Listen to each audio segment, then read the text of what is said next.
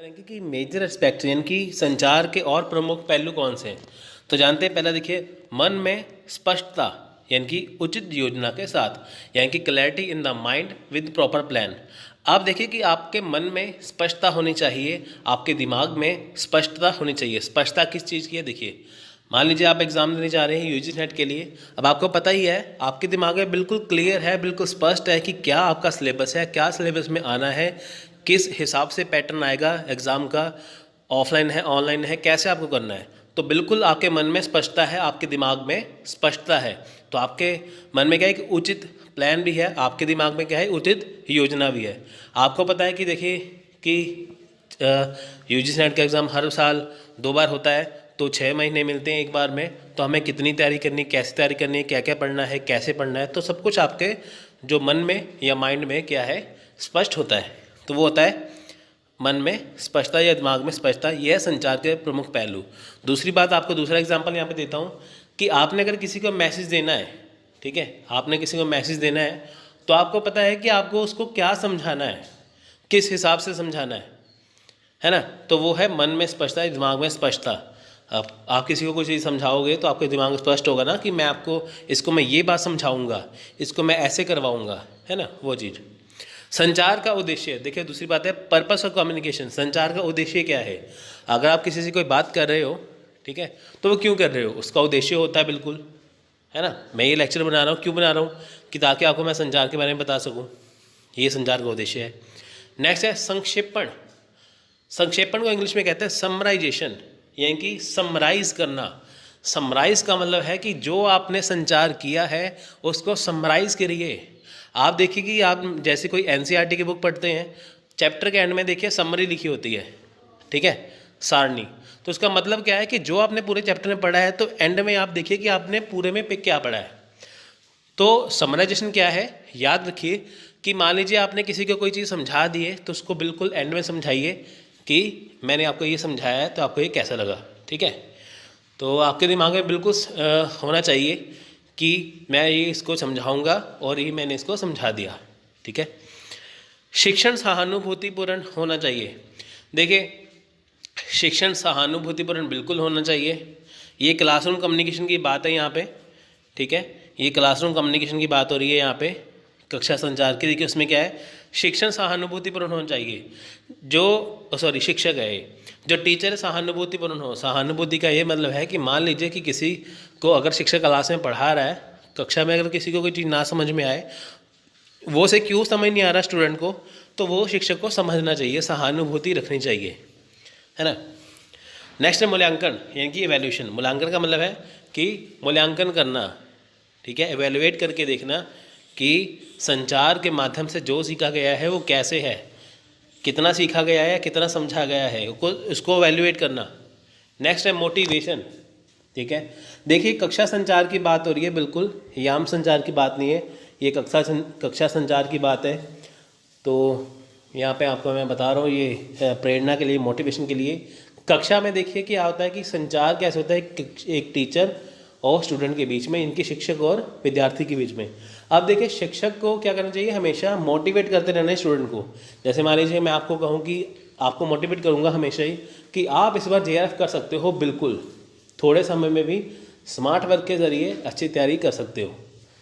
तो मोटिवेशन से क्या होता है कि अगर आपके मन में कुछ भी डाउट हो, तो आपको मैं अगर ऐसे इस प्रकार से मोटिवेट करूं, आपको लगता है पहले ऐसा लगता था कि मेरा नेट हो नहीं पाएगा, अगर आपको मोटिवेट करता रहूं, अगर आप कोई मोटिवेशनल वीडियो भी देखोगे, तो आपको क्या होगा, प्रेरणा मिलेगी, तो इससे आप पहली बार में कर पाओगे। कई होते हैं ना, कई कहते हैं कि यार मैं पहली बार दे रहा हूँ, मेरे से एग्ज़ाम हो नहीं पाएगा। तो जब आप किसी और की वीडियो देखोगे जिसने पहली बार में नेट निकाला है, तो आपको उससे प्रेरणा मिलेगी, तो होता है मोटिवेशन। प्रयोग, एक्सपेरिमेंटेशन, ठीक है, संचार में प्रयोग करना बहुत ज़रूरी है, एक्सपेरिमेंट करना ज़रूरी है। एक्सपेरिमेंट का यहाँ पे ये मतलब है कि आप पहली बार एग्ज़ाम देने जा रहे हो, आप देखो, जाके दे के देखो, एक्सपेरिमेंट करके देखो कि आप कैसा आप पढ़ रहे हो। एक्सपेरिमेंट 2 तरीके से, एक वो विद्यार्थी हैं जो बिल्कुल बिना पढ़े चले जाते हैं एग्ज़ाम देने के लिए, वो एक्सपेरिमेंट करते हैं कि क्या पता बिना पढ़े हो जाए।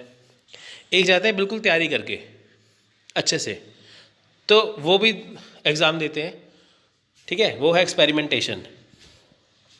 एक शिक्षक का स्वयं मूल्यांकन। Self assessment of a teacher. देखिए शिक्षक का स्वयं मूल्यांकन का यहाँ पे ये मतलब है कि क्लास में अगर टीचर किसी बच्चे को पढ़ा रहा है, अगर उसे कुछ भी समझ में नहीं आ रहा, ठीक है, तो वो अपना मूल्यांकन करके देखेगा कि मैं अगर बच्चों को पढ़ा रहा हूँ वो उन्हें समझ में क्यों नहीं आ रहा। आप कोई भी वीडियो देखोगे या मेरी वीडियो देखोगे, जैसे अगर आपको कुछ समझ में ना आए तो मेरे को कमेंट बॉक्स में कई लिख के बताते हैं कि आप अच्छा पढ़ाते हैं या इसमें ये कमी थी, कुछ भी है। तो एक शिक्षक हमेशा ये देखेगा कि जो मैं बच्चों को पढ़ा रहा हूँ तो स्वयं मूल्यांकन करके देखिए कि कहाँ कमी रह रही है, कि ताकि वो उसे सही करे। यह है संचार के प्रमुख पहलू। नेक्स्ट हम करेंगे प्रभावी शिक्षण के लिए संचार कौशल, यानी कि 8C। आपको याद होगा मैंने 7C करवाया था पीछे, तो वो 7C बिल्कुल कम्युनिकेशन के लिए था। तो ये 8C यानी कि जो 8C हैं ये कक्षा संचार के लिए, सिंपल 7C हैं संचार के लिए, कम्युनिकेशन के लिए 8C हैं कक्षा संचार के लिए, ठीक है, शिक्षण के कौशल के लिए, ठीक है। देखिए शिक्षण के कौशल के लिए 8C क्या है, देखिए विषय की सामग्री यानी कि कंटेंट ऑफ द सब्जेक्ट, इसे इंग्लिश में कहते हैं, पहला C है कंटेंट ऑफ द सब्जेक्ट, यानी कि विषय यानी कि कंटेंट। देखिए विषय की सामग्री कैसी है, यानी कि शिक्षण में देखिए ऐसा होता है कि जब क्लास में टीचर बच्चों को पढ़ाता है, आप कोई वीडियो देखते हो तो कंटेंट कैसा है वो देखना पड़ता है, ठीक है। आप कोई भी बुक लेते हो यूजीसी नेट के लिए, आप उसमें कंटेंट देखोगे ना कि विषय कैसा है, आपकी यूजीसी नेट के अकॉर्डिंग है कि नहीं। कई तो ऐसा करते हैं मार्केट से बुक ले लेते हैं पेपर 1 पेपर 2 की, उसी को पढ़ के चले जाते हैं, फिर कहते हैं हमारा नेट हुआ ही नहीं है। आप देखिए कि अगर आप पेपर 2 के लिए मार्केट से कोई एक बुक लेते हैं या पेपर 1 के लिए एक बुक लेते हैं, फिर भी आपका नेट नहीं हो पाता, बिल्कुल नहीं हो पाएगा। क्यों? क्योंकि एक बुक पढ़ने से कभी नहीं होगा। मान लीजिए आपका हिस्ट्री सब्जेक्ट है, पॉलिटिकल साइंस सब्जेक्ट है, अगर आप मार्केट से मैनुअल बुक किसी राइटर के लेके चले जाते हो, पढ़ के चले जाते हो, आपका नेट हो ही नहीं पाएगा। क्योंकि आपको वो बुक तब काम आती है जब आपकी पूरी तैयारी हो जाए, तो उसके बाद बुक को आप जो है वो पढ़ोगे तब। उससे पहले आपको अपनी पोस्ट ग्रेजुएशन की बुक्स पढ़नी पड़ती हैं, ठीक है, तो तब ही आपका जाके नेट होता है। तो वो है कंटेंट, कि कंटेंट कैसा पढ़ रहे हो आप, हल्का पढ़ रहे हो तो नहीं होगा, अच्छा पढ़ रहे हो तो हो जाएगा। शिक्षण या संचार में स्पष्टता, यानी कि क्लैरिटी इन द टीचिंग और कम्युनिकेशन। आप देखिए संचार में स्पष्टता होनी चाहिए, यानी कि जब शिक्षक बच्चों को क्लास में पढ़ा रहा है, जैसे मैं आपको अभी कक्षा संचार के बारे में पढ़ा रहा हूँ, तो आपके और मेरे मन में ये होगा कि मैं आपको ऐसा चीज़ समझा दूँ कि आपको कहीं और जाने की ज़रूरत ना पड़े, आप यही अच्छे से कर लो, कि ताकि आपको चीज़ सारी स्पष्ट हो जाए। संचार करने के लिए व्यक्ति की क्षमता, अब देखिए capability of the person who communicates. इसमें क्या है कि संचार करने वाला जो व्यक्ति, उसकी क्षमता कितनी है। क्षमता मतलब ये है कि वो कितने घंटे पढ़ा सकता है, कितनी देर तक पढ़ा सकता है। एक क्लास में टीचर देखिए जब पढ़ाते हैं तकरीबन 45 मिनट का जब लेक्चर होता है कॉलेज में या कहीं पे भी, तो 45 मिनट का जो लेक्चर है, वहाँ पे संचार करने वाला जो व्यक्ति है या स्टेज पे अगर कोई बोल रहा है, उसकी क्षमता होती है वो कितना बोल सकता है, कितनी देर तक बोल सकता है। एक संचार की विश्वसनीयता, यानी कि क्रेडिबिलिटी ऑफ ए कम्युनिकेटर। अब देखिए संचारक की विश्वसनीयता क्या है, ठीक है, क्रेडिबिलिटी क्या है। विश्वसनीयता है कि जो संचारक है, जो समझा रहा है, जो चीज़ को समझा, मान लीजिए स्टेज पे कोई आपको मोटिवेट कर रहा है, कोई गाइड कर रहा है, उसकी विश्वसनीयता क्या है, वो आपको कैसे समझा रहा है, ठीक है, वो चीज़ इसमें आती है। संचार के पैनल, यानी कि हाँ संचार के पैनल, ठीक है, यहाँ पे संचार के पैनल है। चैनल्स ऑफ कम्युनिकेशन, सॉरी संचार के चैनल है यहाँ पे, सॉरी मैं पैनल बोल रहा हूँ, यहाँ पे चैनल है। संचार के चैनल, यानी कि संचार के चैनल कौन से हैं, जैसे आप वीडियो देख रहे हो, ये संचार का चैनल है, ठीक है। उससे पहले अगर आप किसी कक्षा में बैठे हो तो वो टीचर आपको समझा रहा है, वो फेस टू फेस कम्युनिकेशन है, ठीक है। तो ये ऐसी चीज़ें हैं। संचार में रचनात्मकता, यानी कि क्रिएटिविटी इन द कम्युनिकेशन। देखिए क्रिएटिविटी बहुत ज़रूरी है, संचार में रचनात्मकता बहुत ज़रूरी है। क्रिएटिविटी ऐसे है कि मान लीजिए आपको कोई चीज़ समझ में नहीं आ रही, मैथ का सवाल किसी को कोई समझ में नहीं आ रहा, पेपर 1 में मान लीजिए आपको डाटा इंटरप्रिटेशन समझ में नहीं आ रहा, अब उसमें देखिए कि बुक में आपको समझ नहीं आ रहा, टीचर आपको ऐसी वीडियो बना के देता है या कक्षा में आपको ऐसा समझा देता है कि इस तरह से क्रिएटिविटी करवाता है, इस तरह से आसानी से ट्रिक से करवा देता है कि आपको वो आसान लगने लगता है। तो ये क्या है, ये रचनात्मकता है, क्रिएटिविटी है। नेक्स्ट है consistency in the term of teaching, यानी कि शिक्षण की दृष्टि से संगति। अब देखिए कंसिस्टेंसी क्या है टीचिंग में, यानी कि पढ़ाने के लिए देखिए शिक्षण की दृष्टि देखिए कि संगति कैसी है, यानी कि टीचर आपको किस हिसाब से पढ़ा रहा है। नेक्स्ट है कंटिन्यूटी, यानी कि निरंतरता या नियमितता। देखिए संचार जो शिक्षण जो है वो लगातार चलने वाली प्रक्रिया है, संचार भी लगातार चलने वाली प्रक्रिया है। ऐसा तो है नहीं कि देखिए आप जो कोई वीडियो बनाते हैं या कोई कक्षा में पढ़ाते हैं बस वही पढ़ेंगे बच्चे, वो आगे पढ़ेंगे। देखिए आगे बच्चे पोस्ट ग्रेजुएशन करेंगे, वो भी तो यूजीसी नेट देंगे, तो ये क्या है, निरंतर चलता रहेगा।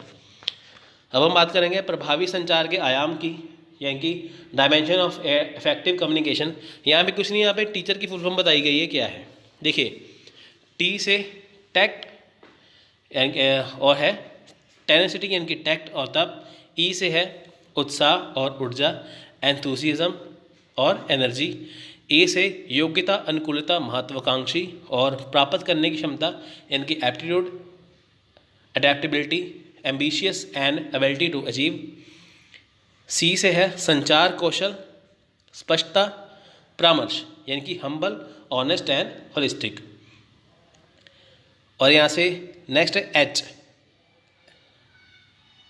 एच से है विनम्र ईमानदार और समग्र यानी कि हम्बल ऑनेस्ट होलिस्टिक, ई से है उद्यमी और दक्षता जो अन्य पहलू में सहायक होंगे यानी कि enterprising and efficiency which will helpful to in other aspects. Next are यानी कि रिसोर्सफुलनेस यानी कि संसाधनशीलता। तो आज हम करेंगे स्मार्ट कक्षा संचार यानी कि स्मार्ट क्लास कम्युनिकेशन। तो फ्रेंड्स ये देखिए स्मार्ट कक्षा पहले होती क्या है वो जान लेते हैं। देखिए स्मार्ट कक्षा क्या है। देखिए पहले क्या होता था कि पहले ज़माने में या आजकल देखिए हर एक स्कूल में तकरीबन आप देखिए ऐसे है कि जैसे ब्लैक बोर्ड के ऊपर टीचर चौक से पढ़ाते हैं, ठीक है। किसी भी सरकारी स्कूल में चले जाओ या किसी भी वहाँ भी पढ़ाते हैं। प्राइवेट इंस्टीट्यूशन में क्या हो रहा है या वैसे क्या हो रहा है कि स्मार्ट कक्षा संचार है। स्मार्ट का तरीका मतलब जो बोर्ड है वो डिजिटल हो चुके हैं, ठीक है। यानी कि जो क्लासेस हैं जैसे देखिए वीडियो सबसे बड़ा उदाहरण है, ये स्मार्ट कक्षाएं हैं। यानी कि घर बैठे बैठे आप वीडियो के ज़रिए कक्षा ले सकते हैं, ठीक है, क्लासेस ले सकते हैं, ये भी है। और देखिए कि जो आपको वीडियो प्रेजेंटेशन करके आपको वो वीडियो रिकॉर्डिंग करके दिखाया जाता है ना वो स्क्रीन पे, वो है स्मार्ट कक्षा। बस में संचार कैसे होता है वो देखते हैं। देखिए स्मार्ट कक्षा भारतीय शिक्षा परिदृश्य में शिक्षा का आधुनिक तरीका है जो छात्रों को बेहतर अवधारणा निर्माण, अवधारणा विस्तार, पढ़ने के कौशल में सुधार और शैक्षणिक उपलब्धि में मदद करके छात्रों को गुणवत्तापूर्ण शिक्षा प्रदान करता है। यानी कि स्मार्ट कक्षाएं कौन सी है, ये एक आधुनिक तरीका है। पुराना तरीका कौन सा था, ब्लैक बोर्ड पे लिखा चौक से, वो है पुराना तरीका। आधुनिक तरीका क्या है कि स्मार्ट कक्षा देखिए जैसे क्लास के अंदर वीडियो रिकॉर्ड, जैसे ऑनलाइन लेक्चर है, क्लास में मान लीजिए 50 बच्चे बैठे हैं, दिल्ली से जो टीचर है वो पढ़ा रहे हैं। अब उनका जो लेक्चर है वो कई स्कूलों में दिखाया जाएगा, तो वो है क्लास जो है स्मार्ट कक्षा। यानी कि टीचर एक ही जगह पे है पर इसको दिखाया अलग अलग जगह पे जा रहा है। या कोई अच्छे से चीज़ समझानी है तो स्क्रीन प्रेजेंटेशन के ऊपर वो दिखा देंगे स्क्रीन लगा के, ठीक है। दूसरी बात वो जो वीडियो है सबसे बड़ा उदाहरण है। जैसे आप मेरा वीडियो देख रहे हो, अगर आपको पसंद आई तो ठीक है, अगर नहीं पसंद आई तो कोई और वीडियो देखोगे। तो कहने का ये मतलब है कि यूट्यूब भी आजकल स्मार्ट कक्षा के लिए इतना ज़्यादा ज़रूरी और इतना ज़्यादा बेहतर हो गया कि आपको घर बैठे बैठे इंडिया के जो टॉप फैकल्टीज़ हैं उनसे पढ़ने का मौका मिलेगा, ठीक है। देखिए इस दिन में स्मार्ट स्कूल और स्मार्ट क्लास, कई संस्थान अपनी कक्षा को स्मार्ट और आधुनिक बना रहे हैं, वे स्मार्ट स्कूल पर काम कर रहे हैं। स्मार्ट का मतलब मैंने वही बताया ना कि टीचर अपने घर से अपने ऑफिस से लेक्चर देगा तो उसका लेक्चर आपको वहाँ पे दिखाई देगा, ठीक है। तो वह है स्मार्ट कक्षा। दूसरी बात ब्लैक बोर्ड की जगह पे आजकल क्या करते हैं, प्रेजेंटेशन, स्क्रीन प्रेजेंटेशन करते हैं, वो स्मार्ट कक्षा है। देखिए ई शिक्षण शिक्षा, ई का मतलब होता है इलेक्ट्रॉनिक। ई शिक्षण शिक्षा के क्षेत्र में क्रांतिकारी उत्पाद है, बिल्कुल सही है। कक्षा के लक्षण, देखिए कक्षाओं के लक्षण क्या हैं। सहयोगात्मक शिक्षा, देखिए इसमें क्या है, सहयोगात्मक सीखने की गतिविधियों में सहयोगी लेखन, समूह परियोजनाएं, संयुक्त समस्या समाधान, वाद विवाद और बहुत कुछ शामिल है। देखिए इसमें क्या है, सहयोगात्मक शिक्षा है ये, ठीक है। सहयोगात्मक शिक्षा का मतलब है कि यहाँ पे क्या है कि आपको सहयोग दिया जाएगा सीखने के लिए, यानी कि कोई भी छात्र सीखेगा उसको सहयोग दिया जाता है, ठीक है। सहयोग का, मान लीजिए कि अगर किसी को हिस्ट्री का कोई चैप्टर समझ नहीं आ रहा, ठीक है, तो स्मार्ट क्लास के जरिए उसको वही चैप्टर जो है प्रेजेंटेशन के रूप में समझाया जाएगा, दिखाया जाएगा, तो उसको वो जल्दी समझ में आ जाएगा। ठीक है, तो वो क्या है, वो सहयोगात्मक शिक्षा है, सहयोग करना पढ़ने में, कहीं भी दिक्कत आना सहयोग करना। ठीक है, इसमें क्या है, समूह परियोजनाएं हैं, संयुक्त समस्या समाधान, संयुक्त समस्या समाधान भी है। देखिए मान लीजिए कि आप ऑनलाइन क्लास ले रहे हो, अब आप कमेंट करो कि नीचे मेरे को ये चीज़ समझ में नहीं आई, ठीक है, तो अगर आपको मैं रिप्लाई ना कर पाऊँ तो आपको कोई ना कोई स्टूडेंट वहाँ पे रिप्लाई करेगा, या आप अगर ऑनलाइन कक्षा ले रहे हैं तो वहाँ पे फॉरम बना होता है, अगर आप वहाँ पे आप जाके अपना कोई क्वेश्चन पुट करते हो तो वहाँ पे उसका आपको आंसर मिल जाता है। तो ये क्या है, ये क्या है, सहयोगात्मक शिक्षा है। ठीक है, इसमें क्या है, समूह परियोजनाएं भी हैं, यानी कि इसमें क्या है, आपको ग्रुप में क्या है, आपको परियोजनाएं दी जाती हैं, संयुक्त समस्या समाधान भी दिया जाता है। ठीक है, वो संयुक्त समस्या समाधान हो गया, यानी कि आपको कोई ना कोई आपका जो समस्या का सॉल्व कर देगा। ठीक है, तो नेक्स्ट है कंप्यूटिंग डिवाइस। देखिए कंप्यूटर आधुनिक कक्षाओं में प्रोजेक्टर, वीडियो लेक्चर और ई बुक्स आदि के लिए आसानी से उपलब्ध है। कंप्यूटर बहुत ज़्यादा ज़रूरी है। अगर मान लीजिए कि आपको क्लास में प्रोजेक्टर चलाना है तो आपको अपना कंप्यूटर अटैच करना पड़ेगा साथ में। ठीक है, तो उससे आप जो आपके कंप्यूटर के अंदर होगा वो उनको वहाँ पे दिखाई देगा स्क्रीन पे।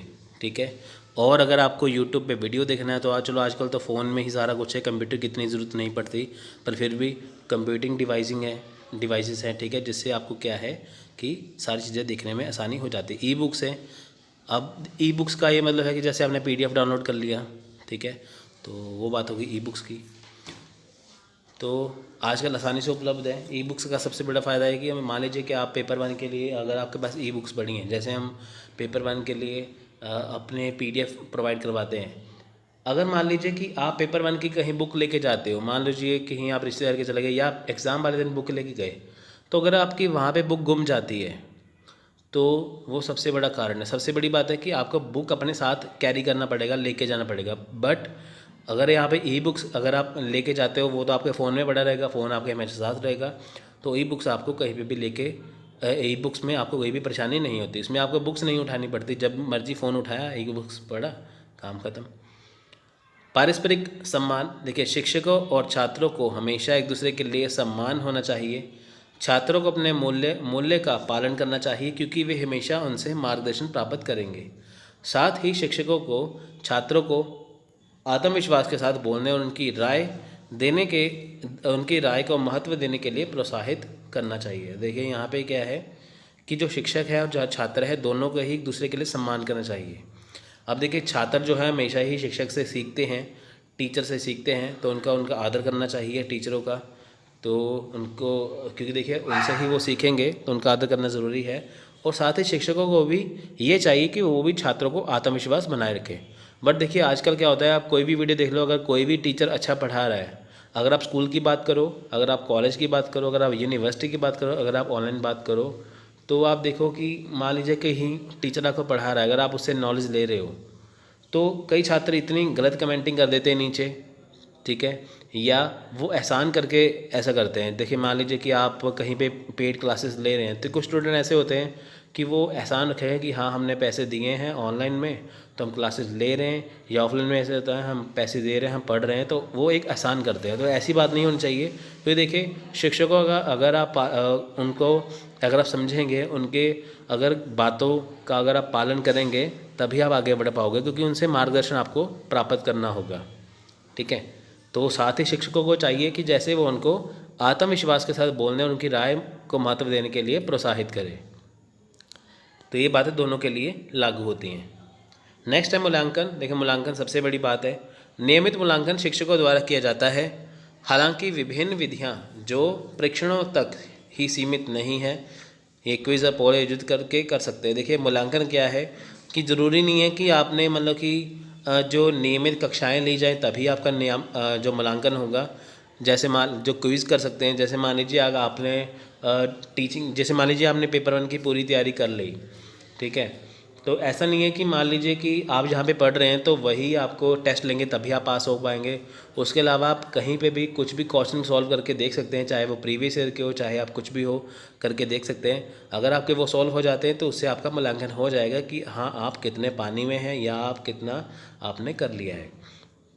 स्टूडेंट सेंट्रिक, देखिए हमेशा जो स्टूडेंट सेंट्रिक यानी कि छात्र केंद्रित क्लासरूम के माहौल में स्टूडेंट की रुचि सबसे पहले, देखिए यहाँ पे क्या है, जो देखिए सबसे पहली बात है कि जो स्टडी होती है ना, पढ़ाई, वो स्टूडेंट सेंट्रिक होती है यानी कि छात्र केंद्रित है। आप देखिए कि जो भी सिलेबस लगाया जाता है, चाहे वो क्लास के अंदर स्टूडेंट की ज़रूरतें हैं, जैसे मान लीजिए एक क्लास है, उसके अंदर स्टूडेंट को बैठने के लिए बेंच चाहिए, साथ में सामने ब्लैक बोर्ड होना चाहिए, ठीक है, चौक होना चाहिए, डस्टर होना चाहिए, अच्छी बिजली की व्यवस्था होनी चाहिए, और साथ में देखिए कि उसके बाद रोशनी की व्यवस्था होनी चाहिए। उसके बाद देखिए जैसे आजकल स्मार्ट क्लास जैसे मैं जैसे बात कर रहा हूँ तो वो होना चाहिए, क्योंकि देखिए कि स्टूडेंट की रुचि है। अब मान लीजिए कि स्टूडेंट को कोई चीज़ समझ में नहीं आ रही बुक्स में से, जैसे आज से देखिए कि 20-30 साल पहले होता था ना ऐसे, तो कोई चीज़ समझ नहीं आ रही तो शिक्षक क्या करता था कि बच्चों को अच्छे से समझाते थे। बट आजकल क्या है, अगर बच्चों को ना समझ में आए तो उनको रट्टा मारने की ज़रूरत नहीं है। उसमें क्या होगा कि उनको स्मार्ट कक्षा के ज़रिए पढ़ाया जाएगा कि ताकि उनको बेहतर समझ में आए। क्योंकि ये क्यों ज़रूरी है, देखिए ये इसलिए ज़रूरी है क्योंकि ये स्टूडेंट सेंट्रिक है या छात्र केंद्रित है। यानी कि छात्र केंद्रित वो चीज़ है जो छात्रों की इच्छा के अनुसार जो कक्षा को बनाते हैं या उनके ऊपर फोकस करते हैं। ठीक है, छात्र अपने अध्ययन की जिम्मेदारी लेते हैं। देखिए जैसे ही छात्र को सक्रिय रूप से अपनी शिक्षा में भाग लेने के लिए प्रोत्साहित किया जाता है, वे अपने सीखने के लिए जिम्मेदार हो जाते हैं। देखिए पहली बात तो है कि छात्र अपने अध्ययन के लिए जिम्मेवारी लें। मान लीजिए कि आपको शिक्षक ने क्लास में पढ़ा दिया, या मान लीजिए कि आपने कोई ऑनलाइन स्टडी कर ली है, तो आपकी ड्यूटी बनती है कि आपको इसको रिवाइज़ करें, ठीक है, उसका अध्ययन करें। Practice makes a man perfect, जो एक कहावत है विलियम शेक्सपियर की, उसका ये मतलब है कि अगर आप प्रैक्टिस करते रहोगे तो आप परफेक्ट बन जाओगे। अगर मान लीजिए कि आप पेपर 1 आपको मुश्किल लगता है, पेपर 2 मुश्किल लगता है यूजीसी नेट के लिए, अगर आप वो अच्छे से करोगे, अध्ययन करोगे, उसको रिवीजन करोगे बार बार, तभी आप परफेक्ट बन पाओगे, तभी आपको वो चीज़ आ जाएगी। तो वो ये आपको ज़रूरी है। पूरी तरह से मल्टीमीडिया ऑडियो विजुअल क्लासरूम। आप देखिए ये मल्टीमीडिया ऑडियो विजुअल क्लासरूम क्या है, रुचि, प्रोजेक्टर और नए मल्टीमीडिया डिवाइस। देखिए इसमें मैं आपको सिंपल बताता हूँ। यहाँ पे क्या है कि यहाँ पे बताया गया है कि पूरी तरह से मल्टीमीडिया ऑडियो विजुअल, यानी कि जो क्लासरूम स्मार्ट क्लास जो है उसके अंदर क्या होगा कि जो आपको चीज़ पढ़ाई जाएगी वो आपको दिखाई भी देगी और आपको सुनाई भी देगी। यानी कि आपको जो स्क्रीन के ऊपर दिखाया जाएगा अंधेरा कर दिया जाएगा, ठीक है, आपका फोकस ताकि वहाँ पे रहे। तो उसके बाद देखिए फोकस आपका जब वहाँ पे रहेगा तो आपको वो चीज़ सुनाई भी देगी, दिखाई भी देगी, आप उससे कनेक्ट कर पाओगे अच्छे तरीके से। तो वो है ऑडियो विजुअल क्लासरूम, जहाँ पे आपको चीज़ दिखाई दे रही है और जहाँ पे सुनाई दे रही है। ठीक है, अब देखिए स्मार्ट क्लासरूम में निम्नलिखित विशेषताएं होनी चाहिए। पहले क्या है, रिकॉर्डेटेड अंदरूनी उन्नत प्रकाश नियंत्रण। देखिए यहाँ पे क्या है, उन्नत प्रकाश नियंत्रण होना चाहिए कि जो स्मार्ट क्लासरूम है वहाँ पे प्रकाश का नियंत्रण अच्छा होना चाहिए, यानी कि ना तो वहाँ पे बिल्कुल अंधेरा हो, ना तो वहाँ पे ऐसा होना चाहिए। देखिए मान लीजिए कि आप जैसे स्मार्ट क्लास है, अब वहाँ पे पता है कि वहाँ पे अंधेरा होना चाहिए ज़रूर, ठीक है, तो वहाँ पे लाइटिंग की ऐसी व्यवस्था होनी चाहिए कि अगर वहाँ पे लाइट को बुझाया जाए तो आसपास कहीं से लाइट ना आए, ठीक है, तो सिर्फ आपका फोकस जो है वो वहीं पे रहे स्क्रीन पे। कक्षा में कहीं से भी कंप्यूटर और प्रोजेक्टर को नियंत्रित करने के लिए एक वायरलेस माउस होना चाहिए। देखिए वायरलेस माउस होना बहुत ज़रूरी है। वायरलेस माउस का ये मतलब है, जैसे मान लीजिए कि लैपटॉप सामने पड़ा है, ठीक है, तो अगर वो वायर वाला होगा तो मान लीजिए स्क्रीन है जो, आप देखिए मान लीजिए जो प्रोजेक्ट आपको दिखा रहा है, अगर वो बच्चों के पीछे भी जाके एंड में खड़ा हो जाए तो वायरलेस माउस के ज़रिए वो वहाँ से उसको कंट्रोल कर सकता है, डिवाइस को या स्क्रीन को। उसके बाद दस्तावेज, कैमरा, डीवीडी, वीसीआर, नए प्रोजेक्टर। देखिए यहाँ पे क्या है कि डीवीडी वीसीआर होना चाहिए। वीसीआर तो ये बहुत पुरानी बात है, ये तो कैमरा होना चाहिए, प्रोजेक्टर होना चाहिए, जिसके ज़रिए ये तैयारी हो सकती है। ठीक है, आप देखिए कि अगर प्रोजेक्टर होगा तभी तो दिखाएंगे ना स्क्रीन पे, अगर प्रोजेक्टर नहीं होगा तो कैसे दिखाएंगे वो। एक स्मार्ट सिम्पोजियम जो आपको इलेक्ट्रॉनिक नोट चित्र बनाने की अनुमति देता है। देखिए यहाँ पे क्या, इलेक्ट्रॉनिक चित्र, ठीक है, मान लीजिए कि ऐसी एक डिवाइस होना चाहिए जिसके ऊपर, जैसे देखिए आप कोई स्क्रीन देखते हैं ना, जैसे आप मान लीजिए कि आप कोई लेक्चर देखते हैं तो वहाँ पे देखिए आपको पेन के जरिए वहाँ पे चित्र बना के दिखाया जाता है या कुछ लिखा जाता है, ठीक है, वो होना चाहिए। कक्षा प्रदर्शन प्रणाली, यानी कि wireless multiple choice response device के माध्यम से कक्षा में छात्रों से वास्तविक समय के उत्तर प्राप्त करने के लिए, देखिए यहाँ पे क्या है, कक्षा प्रदर्शन प्रणाली होनी चाहिए, ठीक है, यानी कि वहाँ पे रिस्पांस जो है वो छात्रों का समय के अकॉर्डिंग जो है वो उनका रिस्पांस भी देखना चाहिए कैसा रहा है। तो चलिए यहाँ पे क्वेश्चन आंसर देख लेते हैं एक बार। ये 2014 का क्वेश्चन है। कक्षा में शिक्षक संदेश या चित्र के रूप में संदेश भेजता है, छात्र वास्तव में क्या है, ठीक है, तो छात्र वास्तव में क्या है, प्रचारक है। दूसरा क्वेश्चन, डिजिटल सशक्तिकरण का मतलब है, ये 2014 क्वेश्चन है, यानी कि डिजिटल सशक्तिकरण का मतलब क्या है, ये है, इसका आंसर है ऑप्शन नंबर डी, यानी कि 1 2 3 4 चारों ही हैं, ठीक है। तो ये था आज का लेक्चर। तो इसके बाद अगर आपको कोई भी डाउट हो तो आप कमेंट बॉक्स में लिख सकते हैं। तो फ्रेंड्स मिलते हैं अगली वीडियो में, तब तक के लिए धन्यवाद, थैंक यू, जय हिंद, जय भारत।